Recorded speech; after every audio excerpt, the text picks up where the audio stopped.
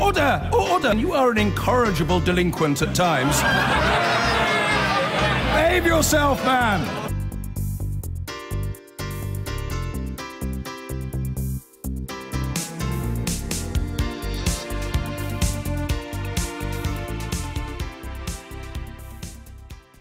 Now, at the Tory party conference, there was one irrepressible, ebullient figure with a boyish haircut, patrolling the fringe and wowing the conference floor. I'm not talking about Boris Johnson, but one of his greatest admirers, Ruth Davidson, and she's with me now. Ruth Davidson, the fallout from the conference is still all over the papers. Lots and lots of calls in different papers for some kind of major reshaping or reshuffling of the government. Is the Prime Minister strong enough to do that? Well, first of all, Andrew, welcome to Glasgow. It's great to see you here. The Prime Minister, absolutely. The makeup of her cabinet is entirely within her purview, and people serve within cabinet at the pleasure of the Prime Minister, whoever it is. Now, you've seen some quite unfortunate shenanigans this week in terms of a couple of people trying to push, but the pushback has been pretty strong. We're behind the Prime Minister. She's the best person to lead us forward. You said that the plotters should get back in their box. And so far, they have got back into their boxes for the time being. I mean, who knows what's ahead, but for the time being. But as I say, there are two things. Would you like to see some fresh blood in the cabinet? Well, look, I think, faces. You know, I'm not going to play fantasy cabinet on a television show. That's not my job. Nor do I think that it's particularly helpful. The Prime Minister knows exactly what talent she has in her ranks. I believe there's a great deal of talent on the Green benches on the Conservative side. And of course, you want to see people get on and get up. But you've got to have the right person in the right portfolio doing the right job. Because one of the things that's really angered me this week, particularly with all of the sort of movement and tittle-tattle in the papers, is folks seem to have forgotten that we are really lucky to be able to serve our country as politicians, whether that's in opposition like myself or in government like my colleagues. And it's all about delivering for the country, is not and should never be about private ambition. Well, I absolutely want to come on to that. Do you think Boris Johnson is the right person in the right job? Well, look, he's come out this week to say that he's fully behind every dot, comma, T and word of the Florence speech. Do you believe him? Well, you know, I want to see the Prime Minister hold him to that. And he's also been, both publicly and privately, and then because this was a WhatsApp group, privately became publicly, said that we need to circle the wagons and realise that, you know, the opposition is not on our own benches, it's sitting across the seat in the Commons. And I think he's right about that. So, you know, he's a big intellect, he's a big figure in the party. And if the Prime Minister believes he's the right person to be Foreign Secretary, then she has my full support. You made clear in your speech that you thought the government also needed a slight change in direction when it came to policy. You said, 10 years since the crash, it's time to show working families across the UK, from a tenement in Glasgow to a one-bed in Grantham, that we have got their back. Absolutely. Now, a very similar message came out this morning from Sir John Major, the former Prime Minister, and he talked about the need for more ambition and more aggression when it comes to things like housing, infrastructure projects, but he also said about universal credit, that he thought that although it was theoretically impeccable as a reform, it is operationally messy, socially unfair and unforgiving. It is time for the Conservative Party to show its heart again, which is too often concealed by financial prudence. Do you agree with him? Well, I agree with John Major on many things. I think with the issue that he's got with universal credit is actually one that was addressed at the party conference, and it might have been slightly missed in all of the melee, but I thought the announcement from David Gauke that on the implementation phase there was going to be a big change to that. So there had been a situation where you could have to wait up to 6 weeks for money if you found yourself in a situation where you first required universal credit. That's been scrapped, and it's now going to be moved up to payment in advance to 5 days. Now, I think that will make a huge difference. And the one thing that I would take issue with Sir John, if I could just finish this, the issue that he says is about it being unforgiving. Actually, the whole point of universal credit is that it's not. It replaces a system wherein if you worked beyond a certain number of hours, your benefits would fall off a cliff edge. The whole point about universal credit is that it's a tapering system, so that even as you go up the scales, you don't lose all the money, it tapers as well. So it always pays you to be in work. And that is the point of it. And I absolutely support the principle behind that. So you don't, unlike him, you don't want a review of universal credit itself? Well, I think big programmes of government should always be kept under constant review. And like I say, I think one of the things that got lost in the conference was this announcement by the Chief Secretary, sorry, the DWP Minister, David Gauke, which I think was the right thing to do. Also, I would say, again, in Scotland, because we're here in sunny Scotland, is that we've made slight changes to it, because we have the ability to change welfare here. And the SNP, the Scottish government, to them, have made a change which helps that 6-week problem at the beginning of universal credit being run up. Well, one of the things that they've done is they said that rather than just paying monthly, monthly, there's also the opportunity to pay fortnightly. Now, we as a party supported that in the Scottish Parliament because that's an ability to make it a more flexible system. But in terms of changing the 6-week issue, that's been done by the UK government, and it's now a maximum of 5 days. When it comes to other things that you mentioned in your speech as well, a big new programme of housing, you were channeling Harold Macmillan at one point. You were saying, back after the war, you know, we built lots of houses, and certainly in the 1950s, Britain was a lot poorer, and yet Harold Macmillan and the Conservative governments then managed to build 300,000 new homes every year. Is that the kind of ambition that you're looking for? Well, what you saw from the UK government was talking about putting £9 billion into social housing, making it easier for private rent, and also £10 billion into Help to Buy. So you saw all for private renters and for people using the social housing model and for people using private purchase of housing. You saw help on all three fronts, because it's not one single thing that will help. One of the things that I've said in Scotland, and this varies slightly from the government, is I did a big speech earlier this year talking about, in my opinion, in Scotland, where we also have pressures on housing, but we also have quite a lot of space. We have 8.3% of the population, but a third of the landmass. I've said we need to go even more boldly than that. We need to build a new generation of new towns, like we did post-war with the East Kilbrides and the Cumbernaulds and the Glenrothers of this world. And I think that we can do that.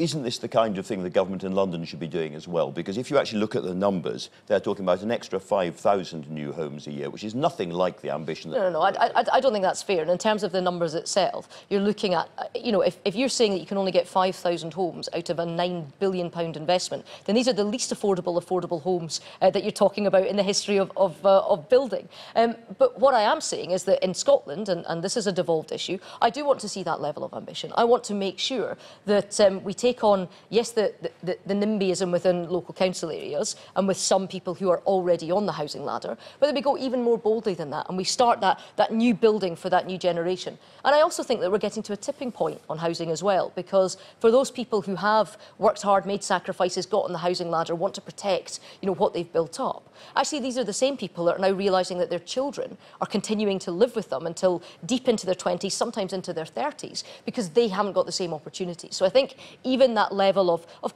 quite understandable protectionism about what you've built is changing in public perceptions too. And I think the government can lead public opinion on that as well as lead in the building process itself. What is your vision for Britain after Brexit? I'm not talking about transitional arrangements or all the detail, but I'm saying, where do we stand in the world after Brexit? Well, I've always said that I wanted an open Brexit. I want us to be a beacon in the world of liberalism in terms of trade, in terms of attracting the best talent, in terms of shouldering our burden in the world when it comes to international development, in terms of making sure that we continue to sit at the top table of the UN and of NATO, and that we do our bit, and that we continue to use the soft powers we have of one of the great cultural countries in the world in terms of our exports in music and in culture and in art and in playwrights and in television and even in journalism, Andrew.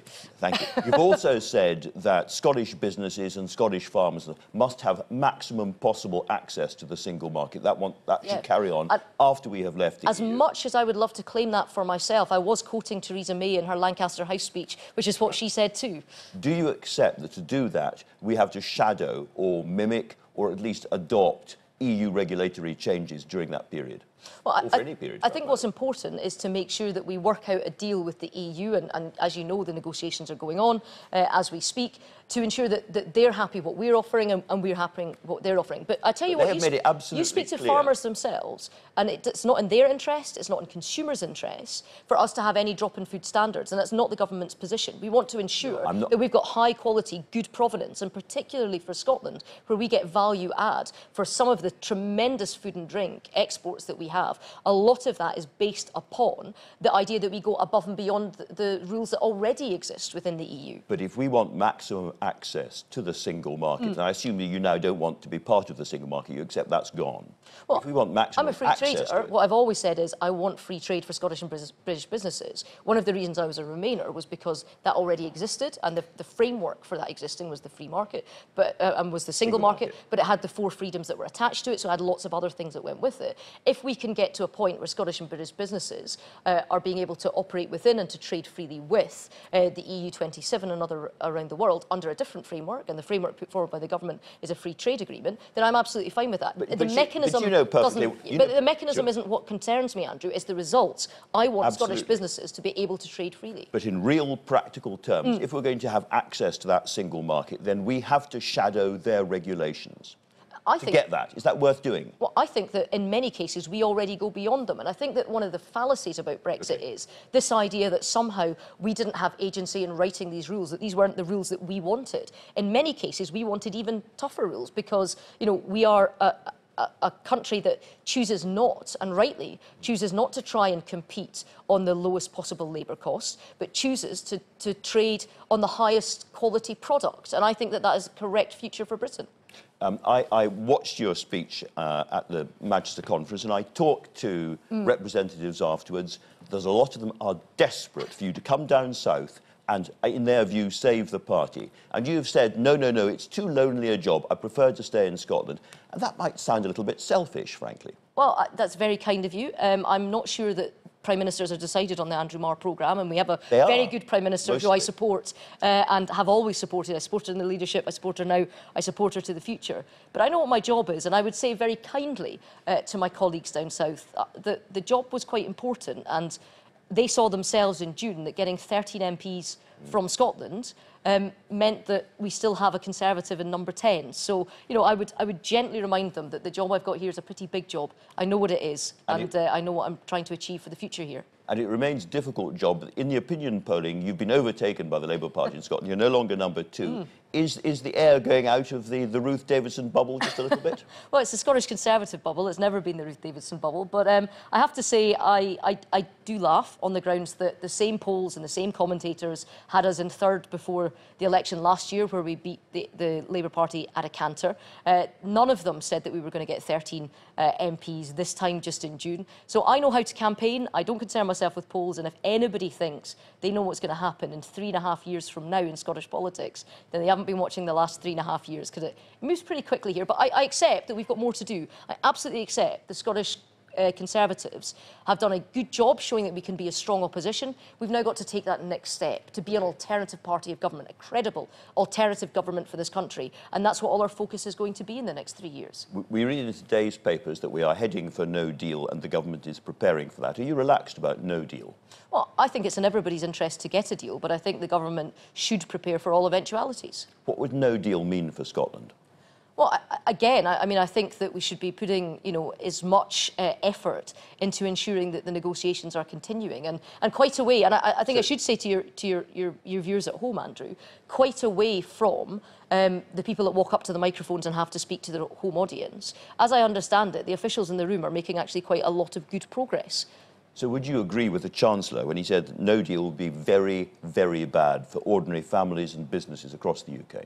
Well, I don't think it's the optimum, but I think that the country decided to leave the EU. Now, I didn't vote for that, but we've got to respect the country's decision. I want us to get a deal. I think it's not just in our interests. I think it's in the EU's interest. I think that the UK has gone a long way in that Florence speech to show its flexibility. I would like to see some flexibility in return from the EU 27, but, you know, I would prefer to get a deal than no deal.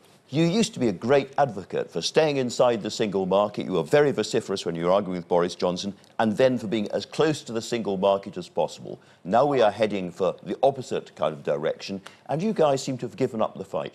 Well, I don't see it as a fight at all. I've spent 3.5 years in Scotland talking about how the fact Nicola Sturgeon, your next guest, doesn't get to just rerun a referendum because she lost. Now, you're right, I absolutely put my shoulder to the wheel on the Remain campaign, but I respect the result of the country. The reason that you take something to a referendum is because you decide that it's not just for politicians. Every single person should make a decision for themselves and their family about what they believe the future should be. Now, I voted for something differently, but as a Democrat, I respect the result that this country gave, and my job is to make it work to the best of my ability, and that's what I'm trying to do.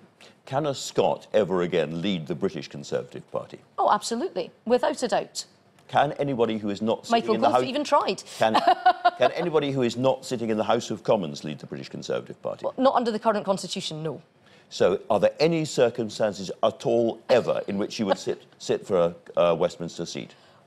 Serious question. Well, actually, I tried in 2010. I stood in Glasgow and came fourth. So, you know, maybe that's an indication of where we lie. But no, I mean, it's not an answer to my question. Well, look, I've got a job at the moment. I am not looking past 2021. I'm trying to build a party that was third, in some cases fourth, when I became leader, to build it up to be a credible government of Scotland. I've come a long way in that. I've got a long way still to go. I've built a really good team that I'm immensely proud of.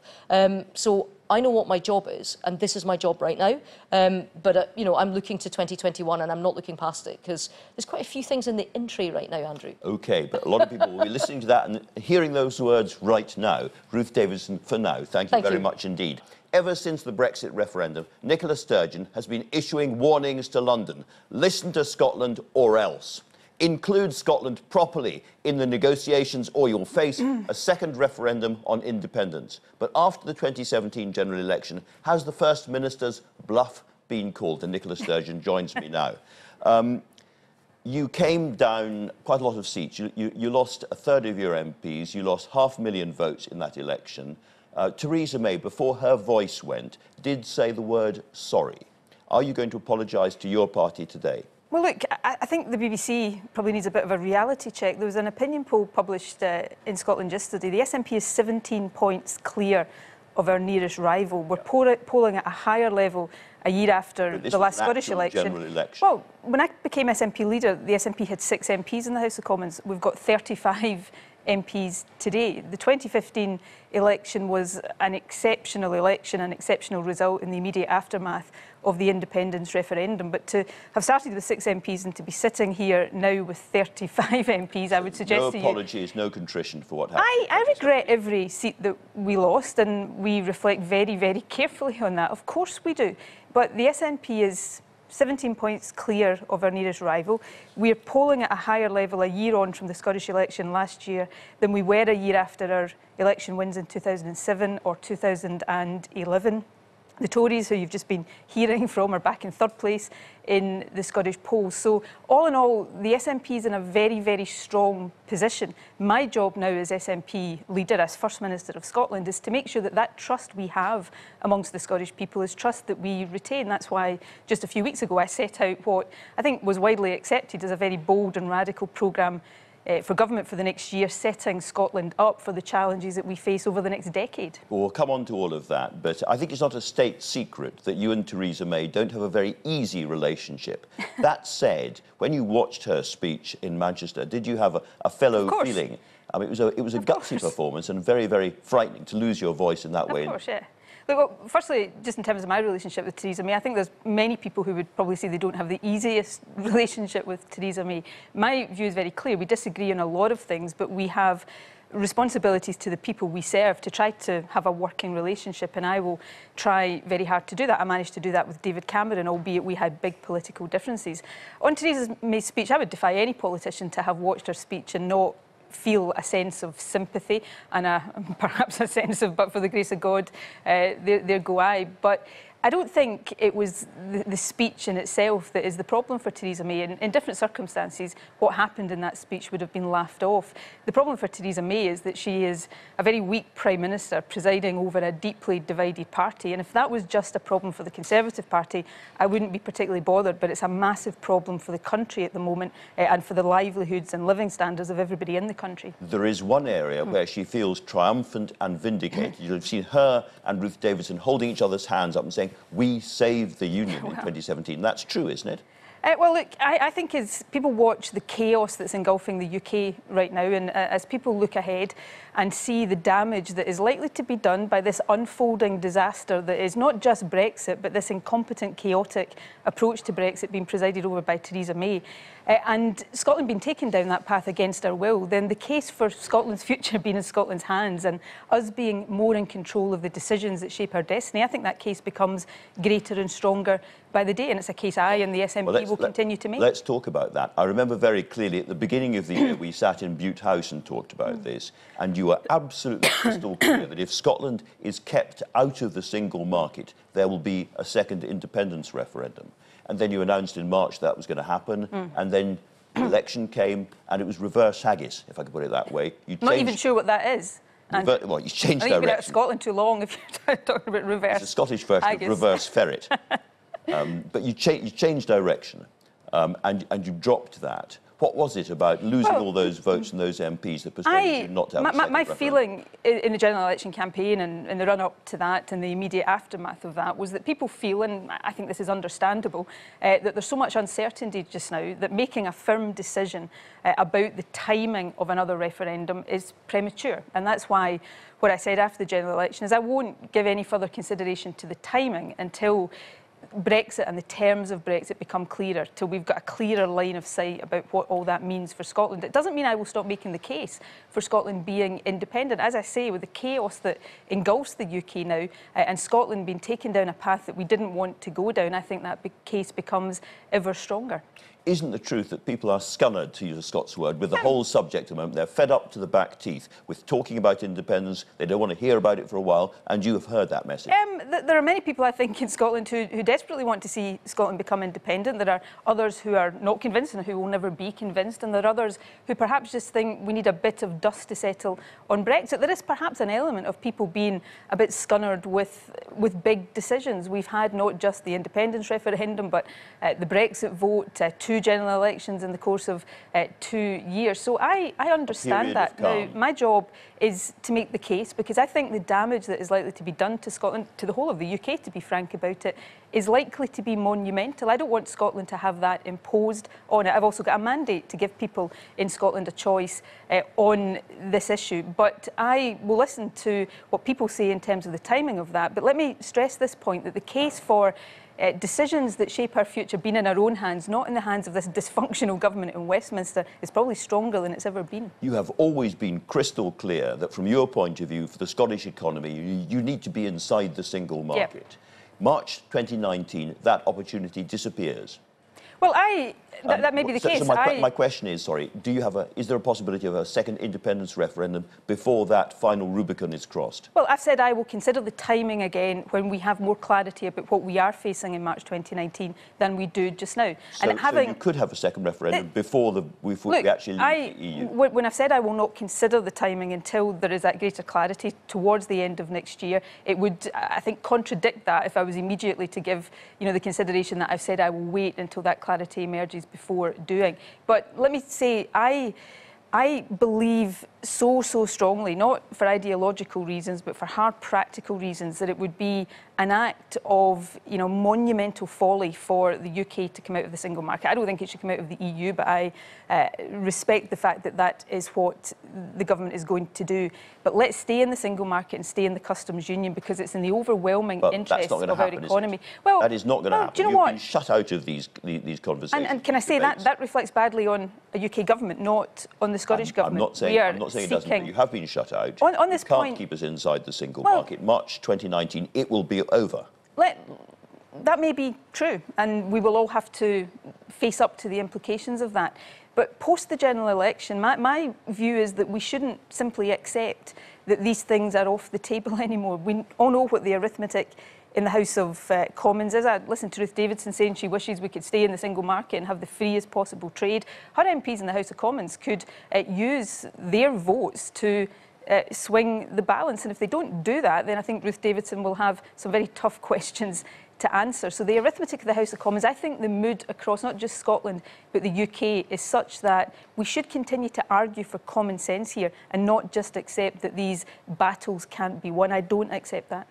If the leader of Catalonia announces independence next week, will you recognise Catalonia as a free independent what I think has state? to be recognised is the strength of feeling in Catalonia. I think it's now time for dialogue to replace confrontation. The scenes we saw last Sunday were unacceptable and should be condemned by everybody. But what now has to happen, in my view, is the Spanish government, which of course wants to uphold its constitution, and the Catalan government sitting down to find a way forward, one that complies with the rule of law, but one that also respects democracy and the right of the people of Catalonia to choose their own future. You cannot simply say that the right of a people to choose their own future is illegal in all circumstances. So just coming back to my original question, would you recognise Catalonia as an independent country, yes or no? We'd recognise the decisions and the statements that were made, but I'm not going to speculate here on what will happen in Catalonia before it happens. I'm not in control of that. It's not for me to decide what is the right future for Catalonia. But everybody has to recognise the reality of the situation in Catalonia. But the question here is, how is it resolved? My view is it shouldn't be resolved by both sides going further to extreme positions. It should be resolved by both sides coming together to try to find a way forward in this that respects all of these principles, the rule of law, democracy and the right to choose. Was it a legitimate referendum, do you think? Look, it was a referendum that lots of people voted in. Lots didn't, but lots of people voted in. Spain maintains it was an illegal referendum. That is, I understand that, and that's the position that the Spanish government takes. The point I'm making is, if Spain's position is that that wasn't a legal referendum, surely the question is, how can there be a legal way for people in Catalonia to express their view? Because you can't simply in a democracy say there is no legal and legitimate way for people to decide what they want their future to be. That would be an absurd position. And that's why I think would you urge the Spanish to facilitate that, as it were, a different referendum? I think there's a duty now on Spain and Catalonia to come together to have that discussion. What is the way forward? It may be sensible to try to have some independent mediation of that, perhaps the European Union, which I think should have condemned the violence that we saw last Sunday and unfortunately didn't. But perhaps the EU not taking sides, but in the role of mediator has a role to play. But dialogue has to replace confrontation here. Let's turn to domestic policy. You set out 8 targets for the NHS in Scotland. How many of them have you hit? But we're not meeting all of the targets. Well, let me say, first of all, we're the best performing emergency departments in the whole of the UK. Of the 8 targets, how many have you hit? We're not hitting as many as I want us to be hitting. Come on, but you know the answer. It's 1 out of the 8. Let me say, we know, and Scotland's not unique here, we have rising demand on our health service because of the change in demographics of our country. Our NHS is in a transition phase as we try to reshape it so that more care is delivered in the community, so that we build up primary and mental health and social care services. So we're doing the hard work that's required to deliver that. We're the only government in the UK that has properly integrated health and social care. We're the only government in the UK that has taken concrete steps to build up elective capacity. We've put £3 billion more into the health service. There are 12,000 people more working in the health service. And as I started out saying, we've got the best performing emergency departments anywhere in the UK. If you have the misfortune to get cancer in Scotland, the target was that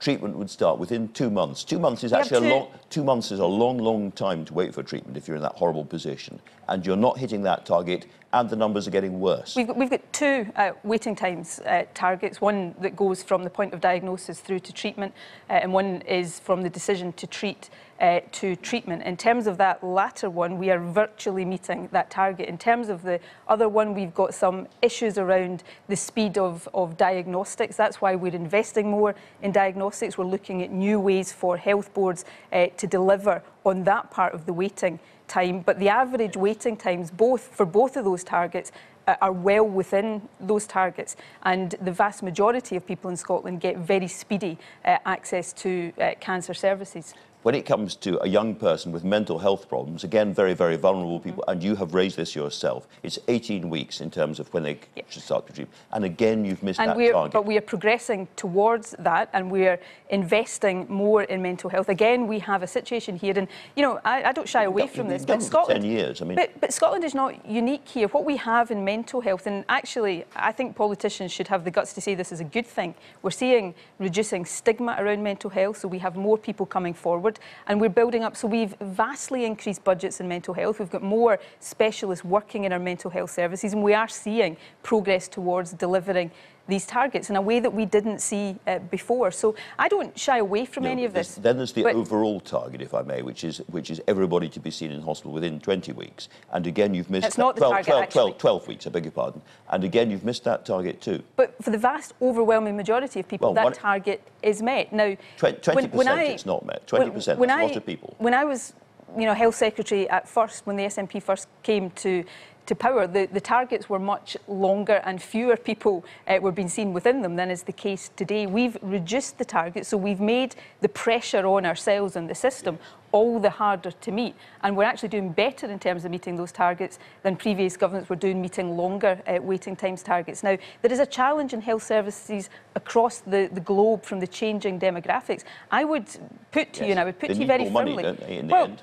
They need better funding. Since the SNP took office, there is £3 billion more going into the health service than was the case. We have a commitment in this Parliament, and it was a stronger commitment than was given by any other party in the election to the Scottish Parliament last year, for another £2 billion of investment over this Parliament. We're also doing something that is quite hard to do. We're transferring resource from acute services into primary, community and social care, because we know that building up those services is the long-term solution to the challenges our health service face. So I would put it to you, nevertheless, we're doing better on these challenges than any other government anywhere in the UK. But you set the targets, and you've missed them. But part of the story is funding. Whether it's the NHS, whether it's schools, you've been very critical of Tory austerity, but you've been very, very timid when it comes to actually raising taxes in Scotland. Well, are you going to raise taxes in Scotland? We'll set our budget in the third week in December, and we'll set out our position on tax. But I've said very clearly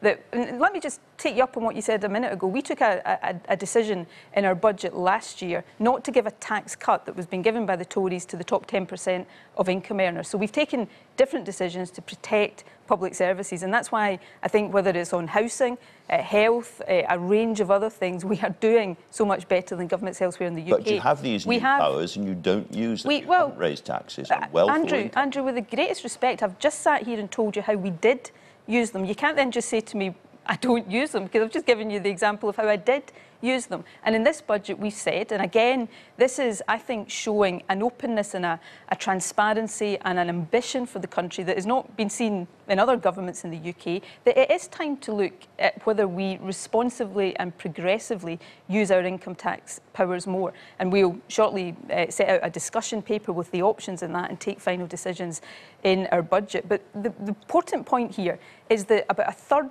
of our revenue in Scotland comes from income tax. 2/3 of it are still determined, of our overall budget, is still determined by decisions taken at Westminster. But so we need to see... Obviously, you have control of the third, is the only point I make. Yeah, but as the Fraser-Vallender Institute said just a week or so ago, the big decisions taken at Westminster still determine how much we have to spend overall. That's why I will never stop saying that austerity, this immoral, self-defeating austerity that the Tories have pursued, has to end, and I hope the Chancellor ends it in his budget. You'll have seen, perhaps, I don't know if you have, John Major writing in today's papers, talking about the problems of universal credit, the way it's being rolled out as being cruel and uncaring, and calling for a review. Do you back him on that? Yes, I think the Scottish Parliament voted for this just last week. The Tories voted against the proposition that there should be a pause in the rollout of universal credit. I've seen, in Inverness, for example, where universal credit has been rolled out early, there are people falling into debt, into rent arrears, utter misery being caused to already quite vulnerable people because of a reform that has been shambolic in its implementation. And I think it is cruel to press ahead with universal credit until that's fixed. Can you explain to us sort of clearly and reasonably quickly I hope so. what your plan is for EU citizens in Scotland after Brexit? Well, it appears the UK government is going to make EU citizens apply for what they're calling settled status and possibly charge a fee for that. They haven't said what that fee would be, but if it's the same as it is for residency, it'll be around £65. We will pay that for workers in the public sector. Why? Because it helps individuals, but it helps us keep vital workers in our NHS and public services, and it sends a message to EU nationals that we want them to stay here because we welcome them. Nicola Sturgeon, thanks very much indeed for talking to us.